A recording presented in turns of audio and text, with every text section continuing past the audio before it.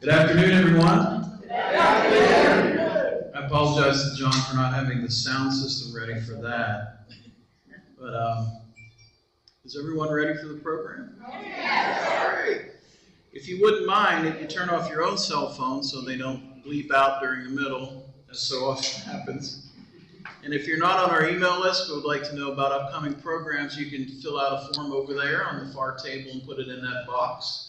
It's been there for 20 years.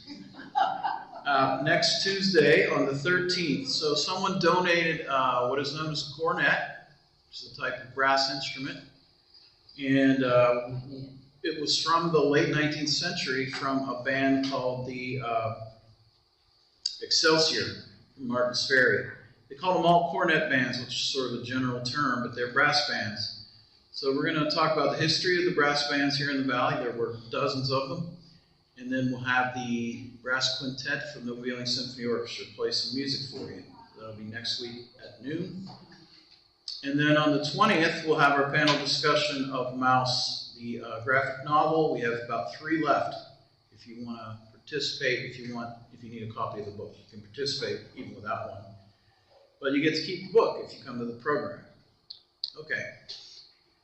We're here today because John DeFelice is here. He was born in Weirton and grew up in Wheeling. He's a graduate of Wheeling High School and West Liberty University, where he earned a bachelor's degree in business administration. After graduating from West Liberty, he relocated to Dallas-Fort Worth, where he worked in the flood industry for 16 years. Food industries, not the flood industry.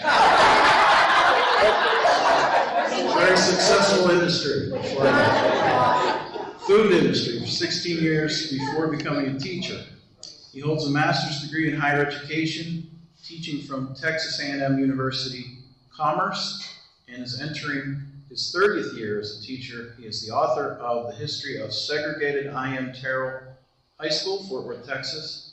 This book that he's going to tell you about today, the Clemente Spell, and the soon-to-be-released science fiction novel, The Camera. DeFelice resides in St. Francis Village in Crowley, Texas, with his wife, Rene. Is that correct, Rene? That's it. Rene is also a native of Wheeling, where she graduated from Wheeling Central, yay, and West Liberty with a degree in dental hygiene. They have been married for 43 years and have 2 adult children and 2 grandchildren. Please welcome John DeFelice.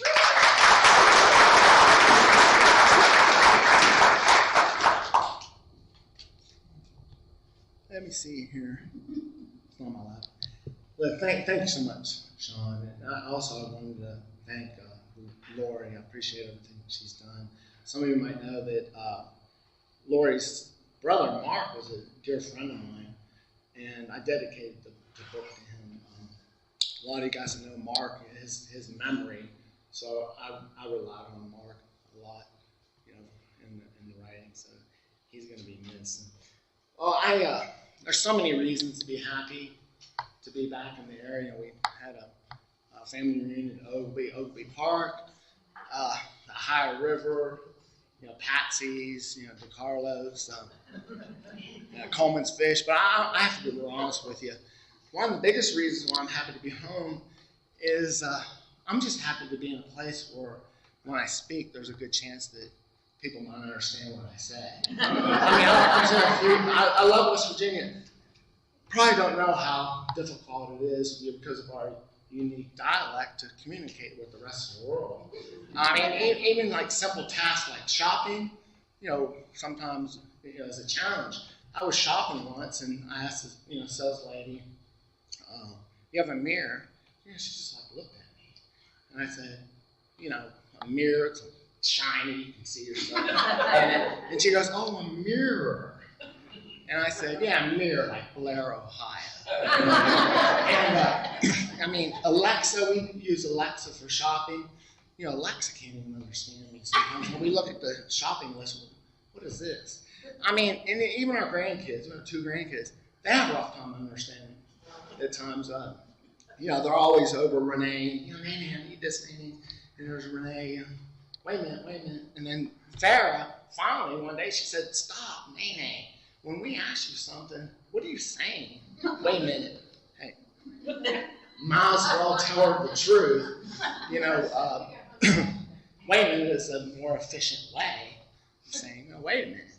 But the worst one is we've lived in Fort Worth for, you know, over 40 years, you know, great city, 12th largest city in the country, located down the road from our larger but less cultural nemesis rival, Dallas.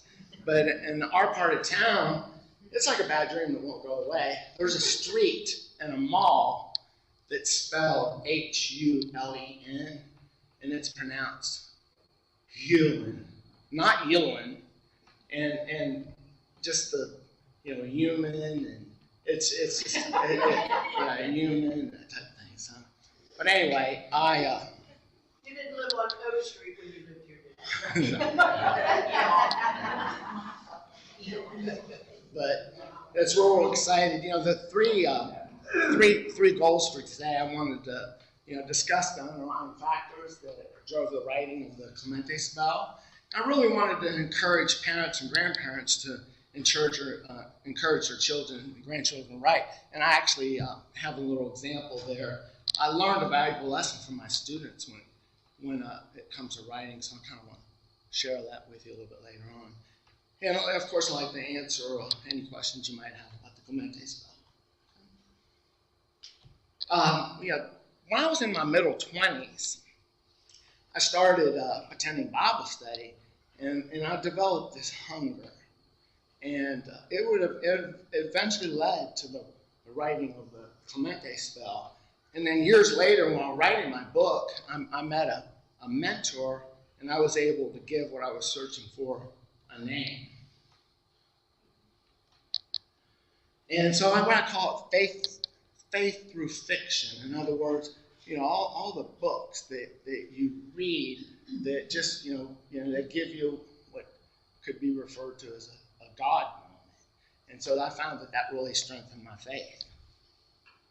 Now the first one, now feel free to raise your hand if you've read some of these books. So the one, there was a period of, you know, dark time, and I was introduced to a book called The Shack. Has anyone read The Shack? Yeah, it's the ultimate book on learning how to overcome pain. The Shack, you know, Young, who wrote The Shack, what he did is he expanded on C.S. Lewis's concept in the book Problem of Pain, and he talks about free will. And one of the greatest gifts that God gave us was free will, and The Shack kind of shows that what do people sometimes do with their free will? You know, they commit, you know, horrible crimes. And there's a tendency to blame God for things, but it's just a result of free will. So the Clemente Spell, it's a baseball story as well as a Christian fiction. So I wanted to tell a story where Sandlot, I think a lot of people watch the movie Sandlot, where Sandlot meets the Shack. And my goal after reading The Shack, I wanted to write a book like that. You know, I wanted to tell readers that, you know, you suffer from pain, you know, in the past, that the only true way of overcoming pain is through Jesus Christ. So that was one of my goals. Now, my journey through faith through fiction started, you know, with my first Bible study. Teacher's name was Sid Baker, and he was lying.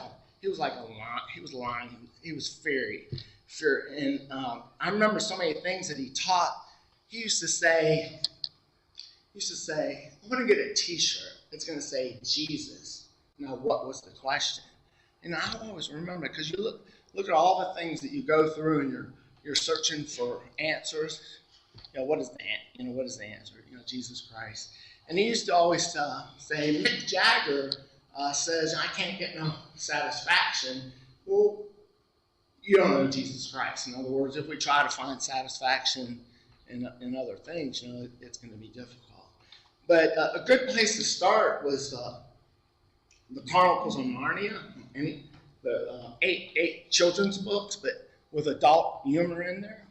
And it's so cool because in the book, the novel, the lion Aslan was a personification of Christ, and there's actually a scene in there where the children are crossing a stream, and it symbolized baptism. So along the path, I learned about how to put religious symbols in the writing there. Now, C.S. Lewis, tons of books, on theology. Probably his most famous one is called Mere Christianity. But I was really attracted to the books of fiction. One of my favorites. Anybody? The Screwtape Letters? The Screwtape Letters is, I say it's an amazing book, but it's not for the meek of heart, because he just lays it out there. And his style of writing, it's kind of crazy because Screwtape is a demon, and he's writing letters to his nephew, Wormwood, and he's trying to teach him how to bring souls to our Father beloved. Now, I went back and I got it back out to kind of like reread a little bit because I wanted to talk about it, and I forgot how it just like knocks you down, because the people that Wormwood is talking to, they're referred to as patients. And so Screwtape encouraged Wormwood to get his patients to continue on their spiritual journey that they were on. And that's kind of strange. But what he was trying to say is a lot of the things that we think we're doing actually are something that pleases Satan. So it's tough. You read that. It's a tough book, but it's just it's convicting. It's probably the most convicting book that I've ever read. Okay, the ultimate. Lord of the Rings, J.R.R. Tolkien. Wow. I have to admit that I'm kind of lazy. I'm going to be honest with you, I hadn't read the books, seen the movie, but when I was working on my master's degree, I had a class that was co-taught by a history of World War I specialist and a literature, because I'm not sure if you're aware, J.R.R. Tolkien, he was writing about World War I.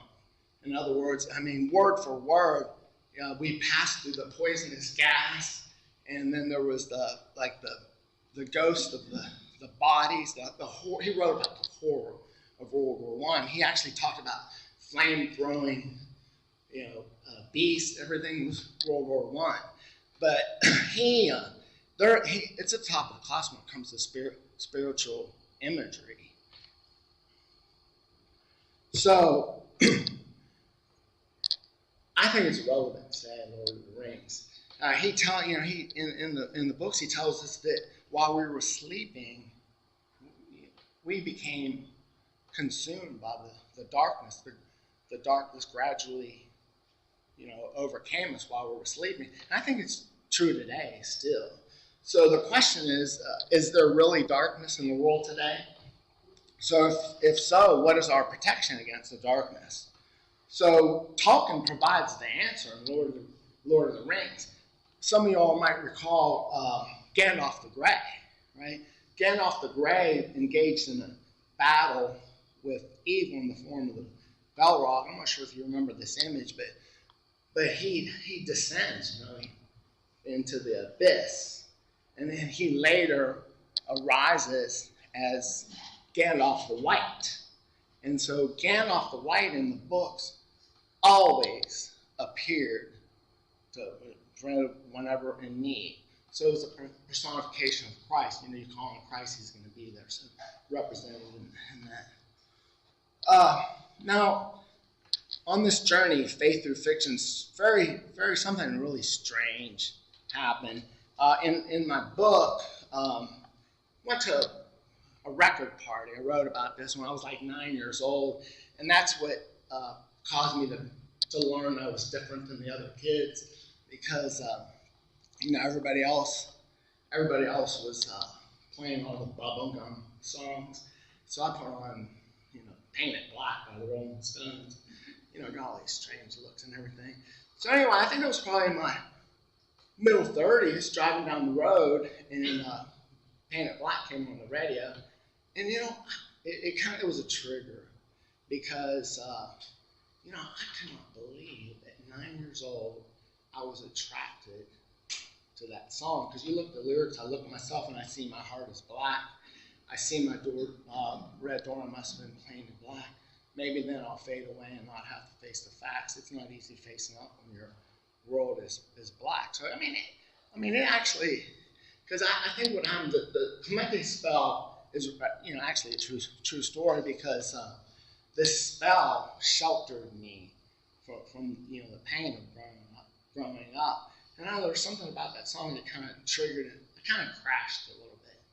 But I think God is good. Around the same time, I heard two songs on the radio that I had heard forever and ever, and they just kind of blew me away. The first one, I'm a rock and roll. There was a song, the band was Uriah Heath, and I had heard the song, I don't know, hundreds of times, thousands of times, and all of a sudden it's on the radio, and I'm listening to the lyrics. Somewhere along the lonely road, I had tried to find you. Day after day on that winding road, I'd walked behind you. Easy living, and I've been forgiven since you've taken your place in my heart. So it's like, how did I not, hear that back then? And then really about the same time, another song. You're probably familiar with this. You probably heard this. Come on, people, come together, learn to love everybody. So anyway, but the second verse is, some may come and some may go. He will surely pass. When the one who left us here returns for us at last, we're but a moment's sunlight fading the grass. So, all these things kind of really sparked my interest in how secular, fiction could be so powerful. Then, of course, later on, maybe you've heard of, Mumford's Sons, come walking out of your cave, walking on your hands, and you'll see the world hanging upside down. You can understand dependence when you know the maker's land.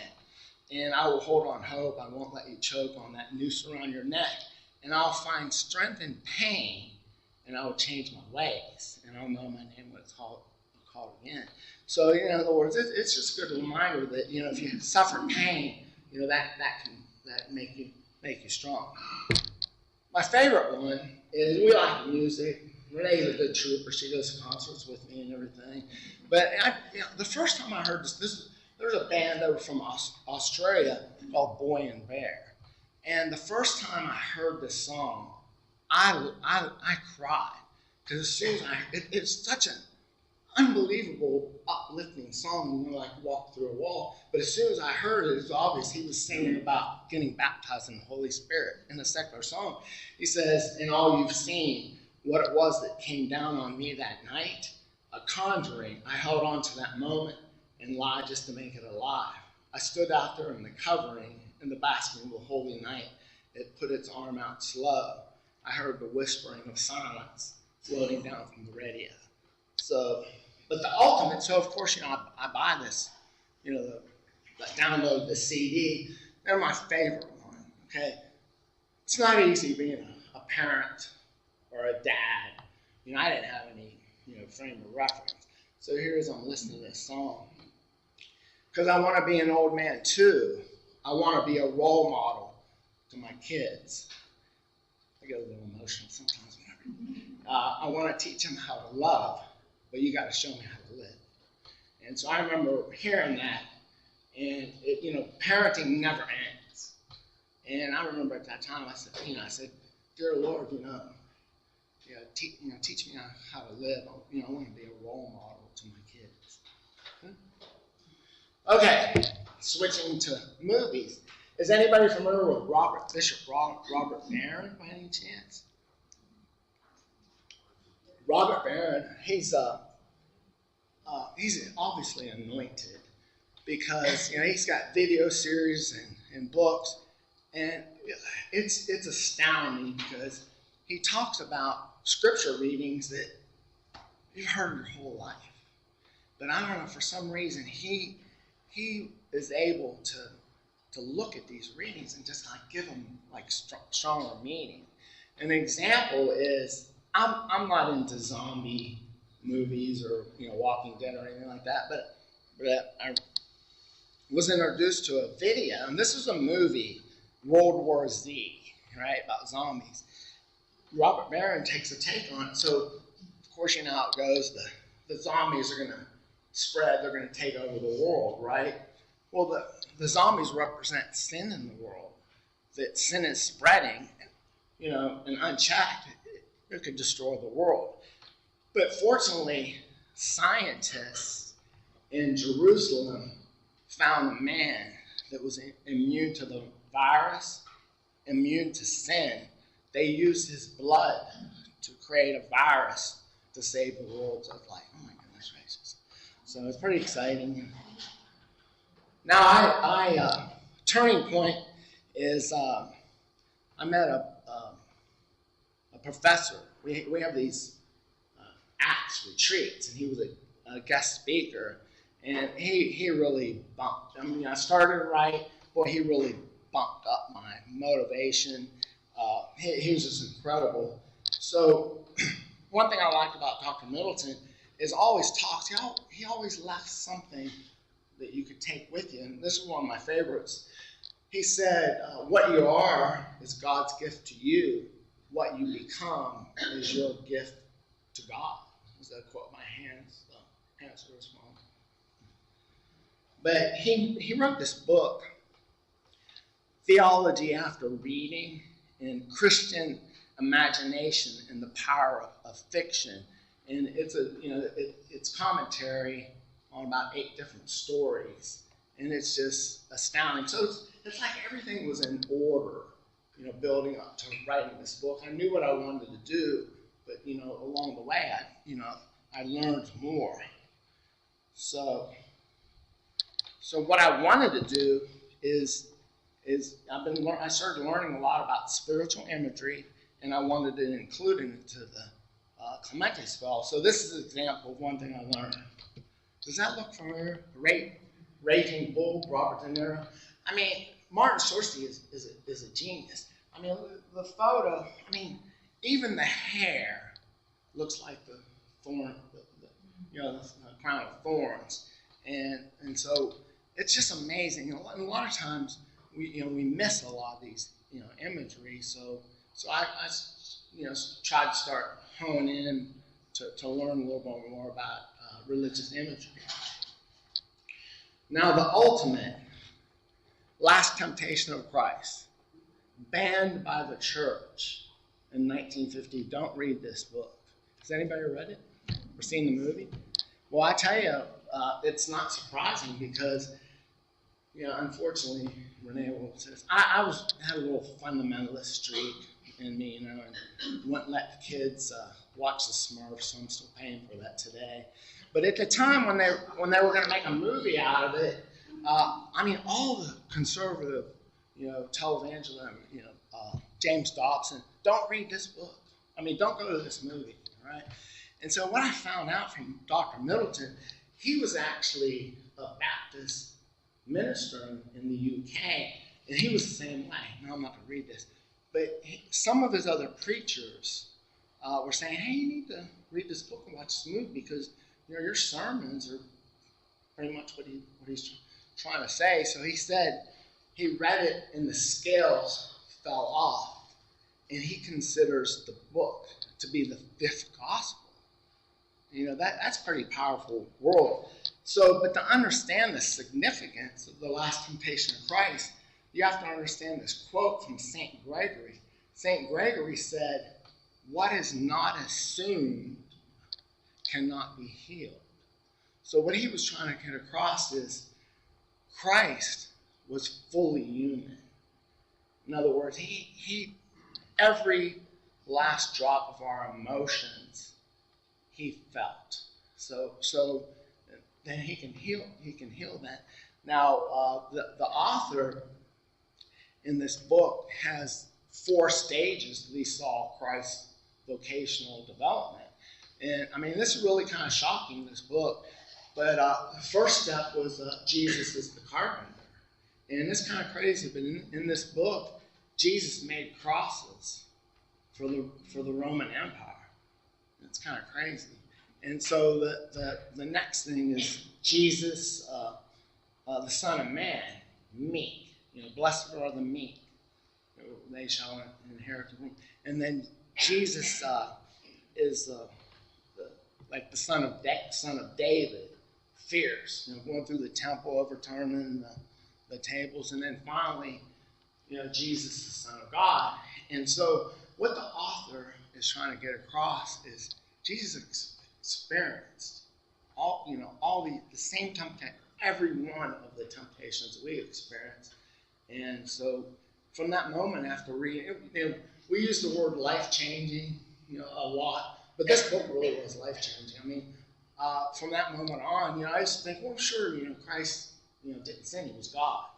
But it helped you realize that he was as human as us.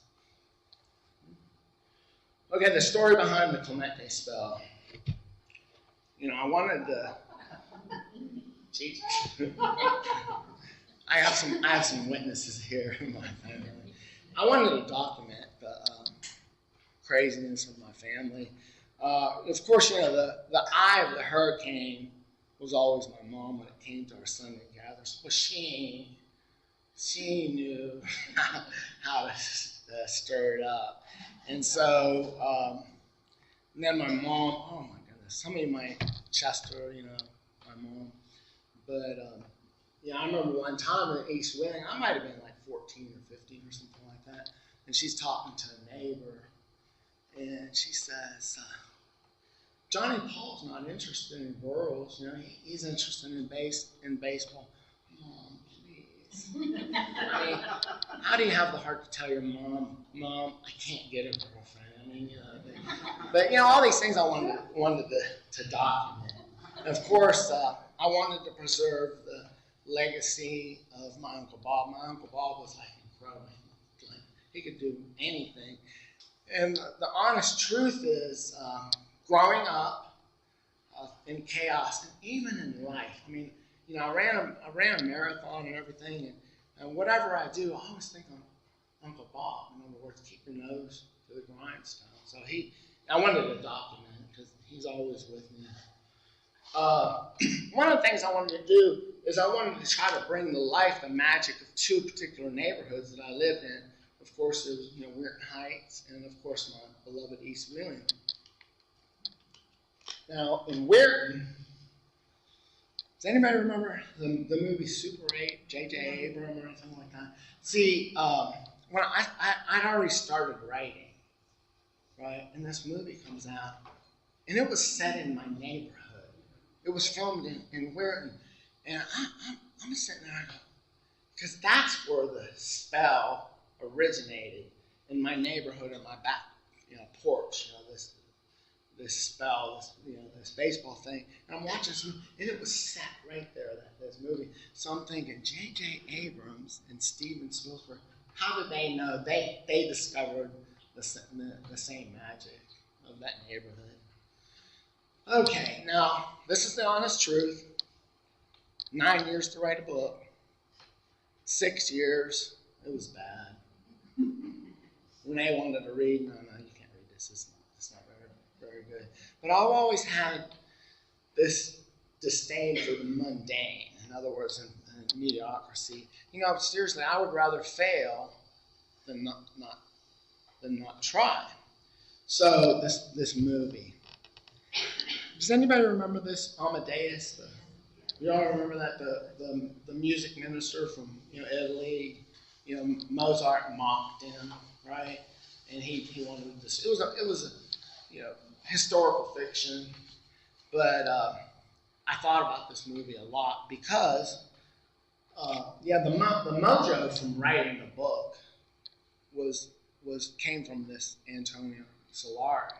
because I saw myself as a guy like him. So there's a scene in the movie where, he wants to be this, he actually wrote, successful operas and everything like that. But, he asked God, why did you give me this desire to write music and deny me the talent? So in writing this book in those first 6 years, I did the same thing.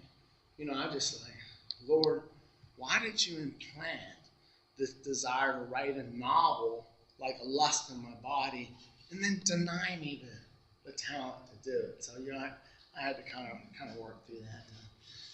In the film, Solari was sent to an insane asylum, and he proclaimed himself the patron saint of mediocrity. Well, see, in my book, I was the patron saint of middle children. All the victims and, neglected children because they're the patron saint of middle children. Okay, Ace Wheeling. Yeah, there's a disclaimer. Because I thought about this, giving this talk and everything, try to hold it together, because I don't know, it just means so much to me, and to understand, to say I love East Wheeling, right? What is love, right? Well, see, again, C.S. Lewis, who wrote a book, The Four Loves, he explains the four loves. Storge is affection. I love pizza, and then there's philia, the strong bond, bond of Frenchmen. Eros is romantic. Agape is charity. So East Wheeling, without a doubt, it was filial love to the fullest. It was like a love between friends, as close as siblings and strength. And it's a true friendship, like the friendship between Jonathan and David, that's lost in the world. You might recall Jonathan was the son of Saul, and then King David, and Saul wanted to kill David, but they were so strong, they were so tight that he helped David kind of maneuver through this time in his life. And that's how I feel about East Wheeling. It was like this undescribable love. So when we moved to East Wheeling, again, the word life-changing, but it really was. 15th Street, when something about, I had Italian heritage, and there's Mr. Papura in his vegetable truck selling fruits and vegetables. Does it get any better than that? And Elks Playground. It's kind of crazy, but I learned more at Elks Playground than I did at school. In other words, I learned about life. And the thing about East Wheeling was it was freedom. It was freedom. You weren't judged on how poor you were or whatever. It was just amazing to me. And when I look back, this examination when I wrote this book, it's really kind of crazy, because that period of my life, and I was like 13, 14 years old, and I have a friend who's a counselor. She told me, of course, there's no good time in your life to be abandoned. But, she says that, when you're 13 or 14, that's when you kind of need a father. So when I look back, God placed me in East Wheeling. Yeah. Surrounded by love. And so it's incredible. Now, Clay Junior High. Oh my goodness, what a place. At school, I had a classmate. Her name was Kathy Gordon. She's Kathy Gordon Fuller now. And she married a basketball player, Roy Fuller. He was a little older, and I remember because my uncle used to take us to watch him play basketball, play for Wallsburg, and listen to him at the state championship game. I was so happy when I heard. But Kathy Gordon, she was like, I kind of describe her as a sphinx. In other words, she had the face of a girl, a body of a lioness, and when she spoke, she roared. And to me, every single word was profound. And I get emotional because I want to. Because I had this mask, this persona. In other words, hey, cocky, strutting everything. But deep down inside, I was weak, and insecure. And I wanted to be like Kathy Gordon. I wanted to be strong. So I worked on it.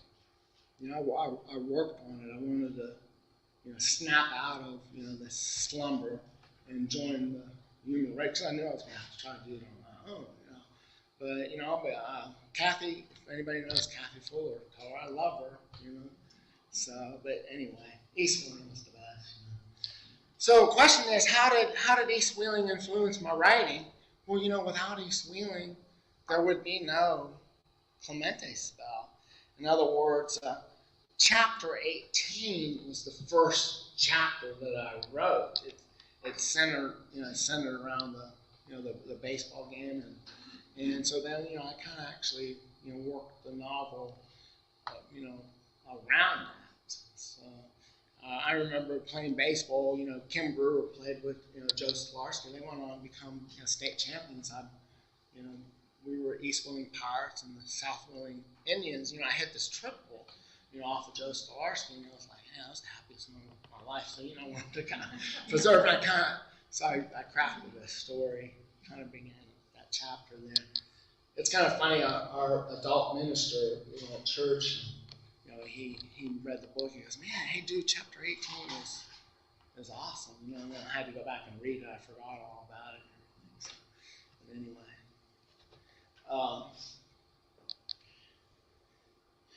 Now, the magic of writing. See, I discovered that there's something magical. Something magical happens when you write. Like, in other words, if you're you're kind of experiencing pain or something like that. And so there was some times in my life that, I had these down times. So I would write, one, and a lot of times when I go back, first of all, I've hardly shared any of these with that many people. But I remember one time I wrote, it was kind of like a song, but when everything feels like yesterday, when the stars don't really interest you and you try to run, but the silver moon seems to follow too. When you're trying to live on this great big stage, but just can't seem to turn the page. When everything feels like yesterday, he will come and take your pain. Just raise your hand and call your name. And then this next one, I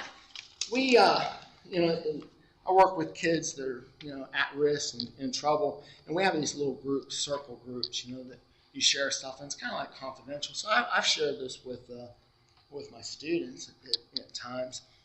It's called Invisible Tears. If you really knew me, you could call me anger. If you opened the door to me, you would see my rage. You watch me fidget nervously like an animal in a cage. You stop, smile, and laugh. You think I'm funny like a monkey at the zoo. I bet I fooled you too. Invisible tears, cries and sobs that no one hears. And then I wrote, how's your day? But anyway, what I discovered is, I think it's magical, therapeutic. In other words, if you're going through periods of time, you write. There's something, because sometimes it's hard to talk, about things, but writing's a little bit easier. So what I wanted to do is I wanted to teach that to my students. But you have to start out with tiny steps because students they got walls around them. They really don't want to share. So in the past we were required to teach like social skills, like character, and I had this little progression, and it started out small, and the thing that I started with, it was something called a Biophone.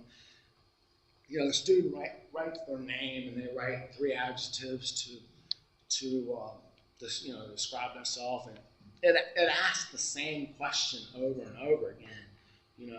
Who loves, and who wants to, who wonders about. And so what I found that it gets people to open up. And actually, I actually benefited financially one time from this because, I was really pretty good at grant writing. I mean, I've gotten close to $25,000 in grants and in kind, because what I discovered early on is grant writing is storytelling. If you tell a story and it's emotional, and they'll give you money. So there was two kids, twins. They were Katrina kids from New Orleans, and one kid was going, I wonder why everybody treats me like a criminal because I'm from New Orleans, right? And so at that same time, I had an assignment for my master's school. We had to do grant writing, and these people in this class, they didn't have a clue. And so I thought, this would be a good one here. So I had to go to the U-Haul rental place to fill up my propane tank. And there was a guy, the manager, I was talking to him, and he was from New Orleans. And this just happened, not long after this. And I said, oh my goodness, has your kids ever said anything about how they're treated because because they're from New Orleans? And the guy goes, that is so crazy you asked that question. Because just yesterday, his son came home, and he asked him, Dad, are we poor? The guy goes, we got this nice house, I got a good job. Why would you ask that? Because it was, a couple years after Katrina, and the kids at school said that all the people that were okay went back to New Orleans, but if you were poor, you stayed in Fort Worth. So I thought, it might be something. So what I did is I got my assignment, I turned it in and everything. I didn't really have the time to, because it's a lot of work, because you have to buy stuff and put on events and everything. But I figured, So anyway, it was called Jazz It Up, Jazz It Up, New Orleans and Texas. And I think it was my daughter, she had some beads, from New Orleans, so I opened up the envelope, put the beads in and dressed it off. And most of the time you have to wait like a month. I got 2 weeks later, I got a check for $2,500. So. But writing is really interesting, and it progresses. There's an activity, and I actually made some copies if someone's interested, because this is the second part of an activity. The first activity is it's a poem about mass, how we all have mass, and we just have to pretend we're somebody else. And then the second part of it is what feelings are stuck in your bag. And so these kids, mostly fighting or marijuana. That's why they get sent to alternative school. And this girl was a fighter; she fought all the time. But I'm not sure if it's hard to read. It's not really easy to read. So I left some copies if if you're interested in tape, because you have to read this. It's like there's no way that this young lady would have talked about this. You know what I mean? But if you give her the opportunity to give students the opportunity to write, it seems like it works. It really does. Okay? So 9 years writing the Clemente Spell. I like to say it was a comedy of errors. It's hard to write a book when you don't know what you're doing, really. The first 6 years, it was bad. I could go on forever. I had so many funny things, happen. Not just the writing the book, but things afterwards. But I remember, first of all, I'm a teacher, and there was a substitute teacher at my school, like right now, and she goes, "Oh, I'm going to write a book, mystery." And she's talking. I said, "Well, you got to start, because for 2 years, I think, and before I started writing, you write, oh, this is what you should do, but you got to eventually get to the writing part there." So then I decided I stopped. I read a lot, and so I decided I'm going to stop reading, right? For two reasons. It's time. If you're not reading, you could be writing. But the biggest reason was I found reading fiction kind of depressing. Because I would read and I go, oh my goodness, I am never going to be able to. I'm not sure if you guys know Gregory Maguire. I read all the Wicked books, and I'm thinking, I'm never going to do it like this. So I went 2 years without writing. And so I try to follow, I have a motto, Rene will testify to this, planning and organizing is overrated. So, but anyway, I didn't read a book for like 2 years, right? Because I had all this, don't do this, new authors don't do this. So after 2 years, I was going nowhere really, right? And so I started reading again. And every book that I read, they broke all the rules that I was trying to follow. Don't do this, don't do this. So I decided, I'm going to just go ahead and just write. So it happened. I tried to incorporate spiritual imagery. In my book, my Gandalf the White was every time that I was experiencing darkness, I was always saved by the Holy Eucharist, and there was always a symbol of light. It could be coming, from the stadium lights, but one of the most important scenes is when I was in the basement of my grandmother's coal bin, and there was only like a little light that could get through. I wanted to reach that light, but I was too small. And that light represented Jesus Christ. I learned about it later. I wanted to, before taking questions, I want to kind of share a couple things. Well, one thing I want to share is I had a lot of people, relatives. I tried to send out books to people. I sent a copy of the book to Judy and Bill Pack, and they didn't get it. They got the package, but the book wasn't in it. Okay, so Rene had a retirement party, and I lost track on who I'd sent books to or whatever.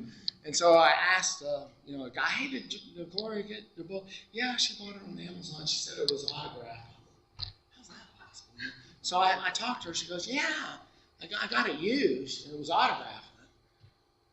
So I go, will you do me a favor? You kind of, send that to me, a picture. And, she must have forgotten a couple of days later.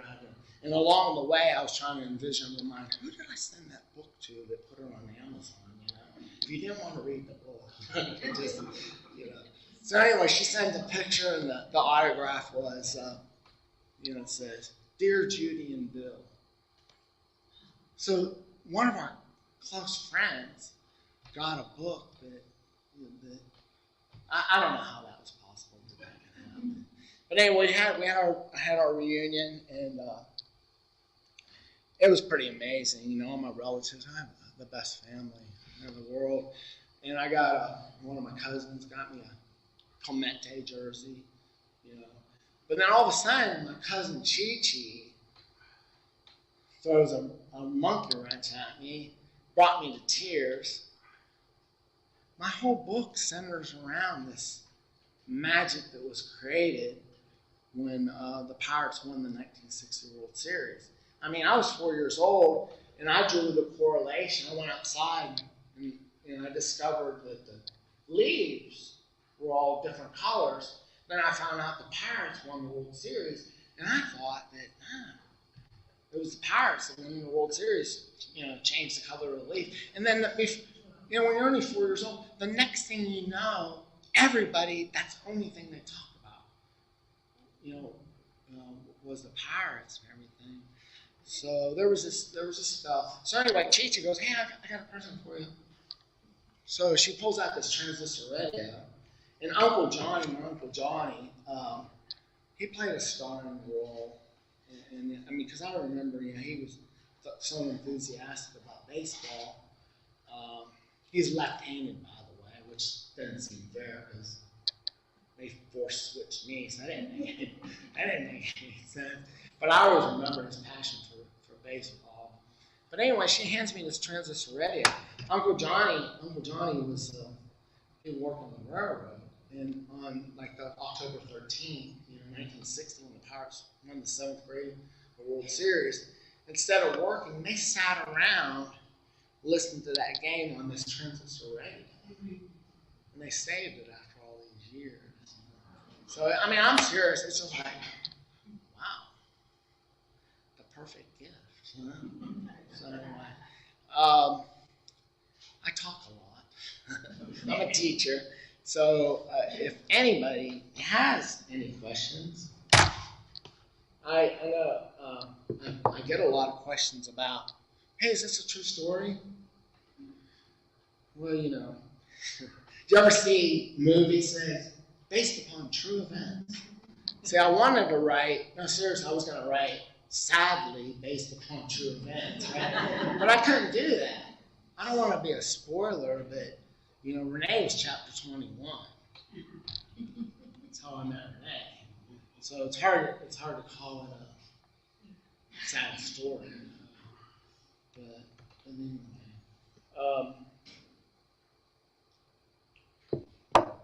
let's see here. I'm gonna pick on Marty Lash for a second here. Marty's actually in the book twice. Oh, by the way, I haven't got any lawsuits yet. But I think I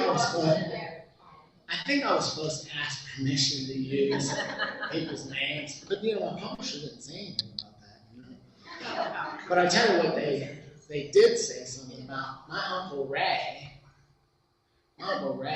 And he was crazy. So I submitted this to the publishing company, Trilogy Christian Publishing subsidiary TBN. So this is before they, agreed to publish. They said, you said, damn, 26 times, They call it action items. And I'm thinking, I mean, it was it's hard to publish a book, so a lot of times, you're participating in this thing, you pay for editing and stuff like that. So I'm thinking, they probably need to read this book, They just want more money. Because, it's easy. You can get a program, type in damn, and it shows you how many times. But anyway, in there they go, well, there's another scene there. And it was my Uncle Ray. It was really crazy. Because I was standing with my hands in my pocket, and, Uncle Ray said, what are you doing with your hands in your pocket? Hands in your pocket playing pocket pool. So they had to have read the book to do that. But anyway, Marty's in the book twice. She appeared as Marty, because I knew Marty. And I thought about Marty a lot when I wrote this book because she was a witness to how stumbling and bumbling I was when I was around girls. I had a rough time stringing two sentences together.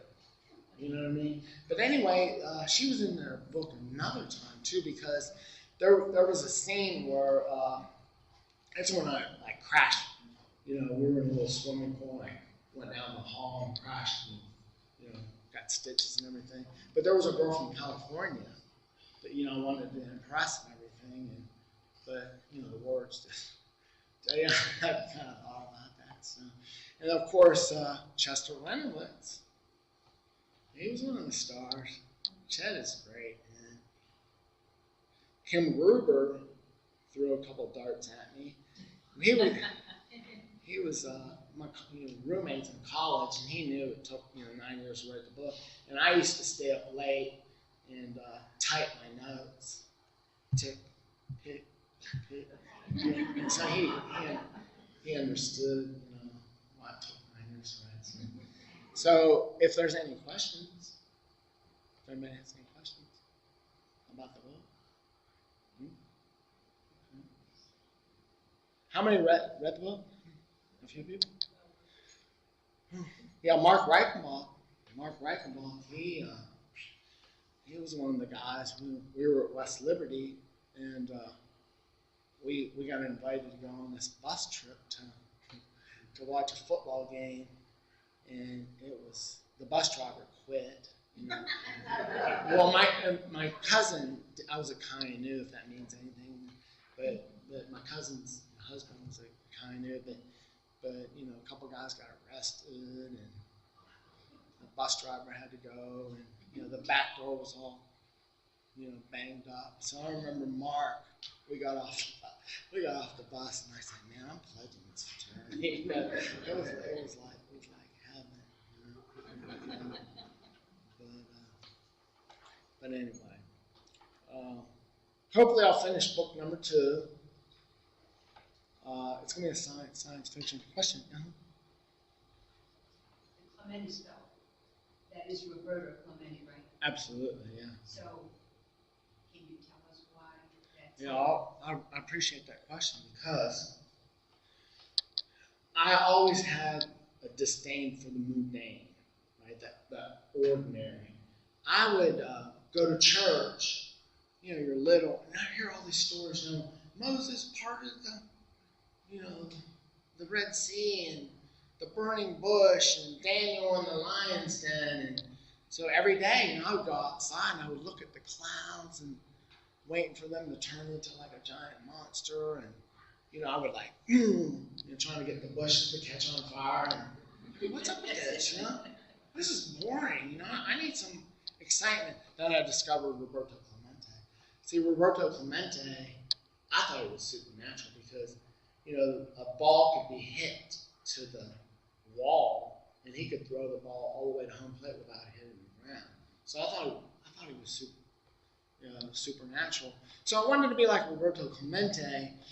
And the reason why I called it a spell is, you know, I saw some pretty bad things in my family, and I mean, my mom suffered, and I was oblivious because I was going to be like Roberto Clemente because you know, I went to church, and the church was in Latin, and you know, I'm going to get this magical, you know, language, Latin. You know, that's where Roberto Clemente got all his power from.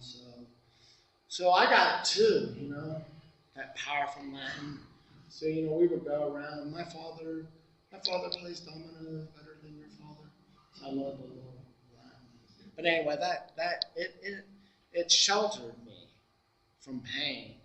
And then, as I mentioned earlier, and then when my 30s, you know, all that stuff that was sheltered kind of came back. You know, but God is good. Renee's chapter, yeah. Marty. I enjoyed the book very much. Thank you for reminding me what it did look like when I was in high school. Oh my goodness! I didn't want to. I don't know if I. Yeah, go ahead. It was historical fiction. It's in some parts, and I just wondered because we had relatives in Weirton, and we would come down. You know, Weirton, Collinsby, Wellsburg, Beach Bottom. I still make that drive. Yeah. How in the world did you remember all of those things? Did you read out the books, or did you just have this fabulous memory for 4, 5, 6? You want to know the truth? You want to know the truth? Yes, we want to know the truth. Nobody wants to know the truth. Renee will testify. I can't remember things that happened 5 minutes ago. Right? No. I'm serious. It's kind of crazy. Well, I hung around Mark Precy, so I learned from him. But I wrote about going to my first Pirate game.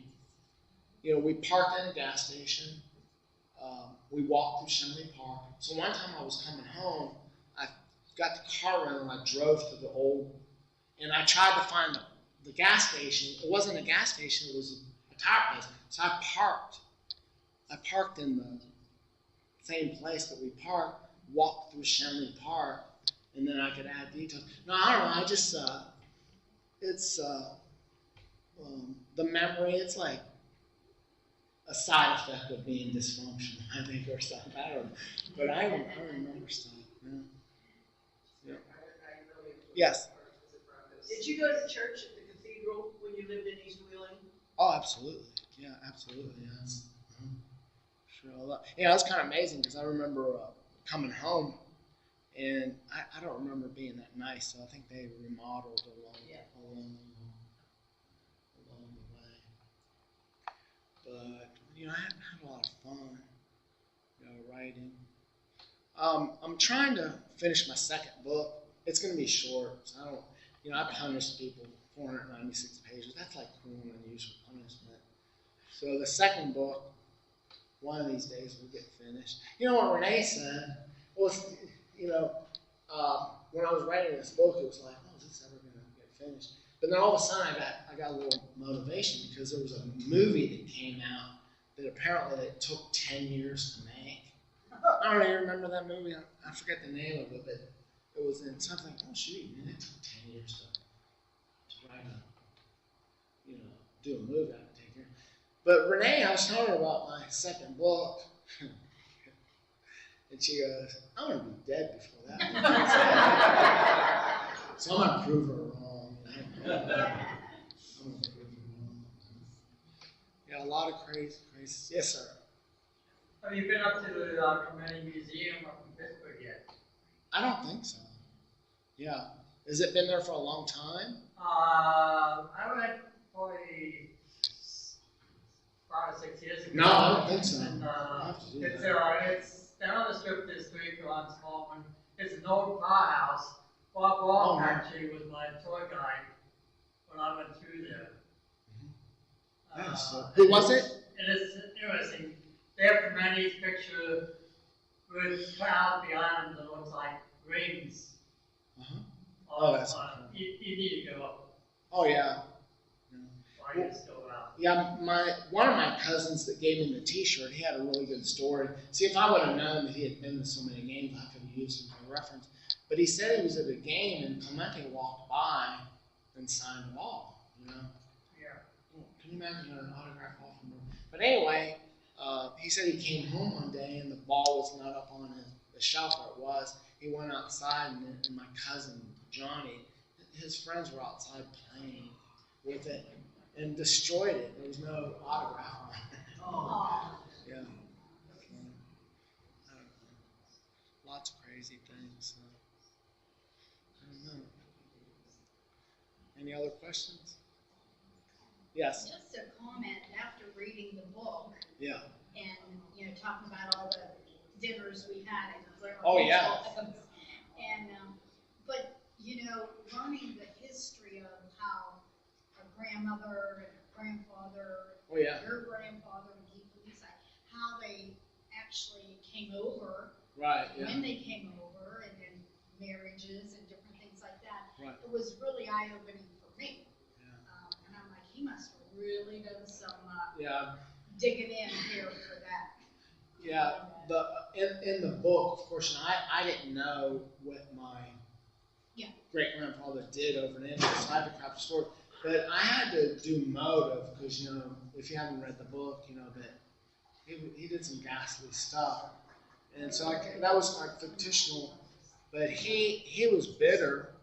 Italian immigrants would always come to America and send for their wives, and his wife never came over to America, which is like a red flag right there. And then when his children, my grandfather's brother and two sisters, when they came over to America, on the manifest, it showed that they weren't going to live with him, they were going to live with an uncle. And then a month before the event, he wrote a will, and he left all his children $1. And we figured it was 1930, but it was an insult. He was bitter. Now, and then the car is a true story in the book. It was in the bottom of the, but I don't know. It was always a mystery because my Uncle Bob could do anything, and I don't understand why he never reconditioned or whatever so I think there was a story there, so it might have belonged. But there was a lot of good books like Pinawa. there was like a paper. It was a guy. It was called the Pit Boss of Pinawa. So Pinawa, yeah. Yeah, see, and what it was is he talked about his dad with the mimes, and so he described, like the smell and that type of thing, and then there was another great book. It's really good reading. It's called the Pit. I went to Pitt University, and it wasn't PITT, it was PIT, and it's really mind-boggling because it talks about how the communists showed up, and they wanted, because everybody was poor, so they wanted to, and then John Lewis, the labor leader, spoke in a vela, because it was like a war, and then the Clifton riots. See, all my life, I didn't know, because we're from Texas. There's a lot of rednecks in Texas, so I didn't really know what a redneck was. I just seen it was like country person on Sunday. But that's what I thought. But some of you might know that the scabs, in other words, the coal companies, invited people, to work, broke the lines, and they wore red bandanas. I have a copy of the Clifton, yeah. Cliftonville, Yeah. whatever, when people died, got shot, sheriff got shot, and all that. Yeah. So I'll have to make a copy for you. Yeah. Well, listen, thank you so much for being attentive to that. I really have. Yes, Kim. Hey, the book, does it refer to your mom a lot in the book? Is there a chapter like? She's throughout the whole book. Yeah, I figured she would be. I remember a time My mom. going to your house, and we're going in the house. We probably had one drink, but we're out. Yeah. Don't make me. And we, of course, we will. But she come out, she looked at us, and John was like, she goes, well, you boys look like you're hungry. It's not. They're taking care of us, but I figured there'd be a lot about mom. Related. Yeah. I'm lucky in life. I grew up without rules. In other words, we just kind of came and grows. And Mark Parisi, I was like the Eddie Haskell. Like, Mark wanted to go somewhere. No, you're not going to go. Well, I'm going with Johnny D. Oh, okay. But then Mark screwed it up. He came home puking everywhere. He goes, I don't want you ever to be around that John D. Please ever again. Oh, my fault. Thank you so much. Appreciate that.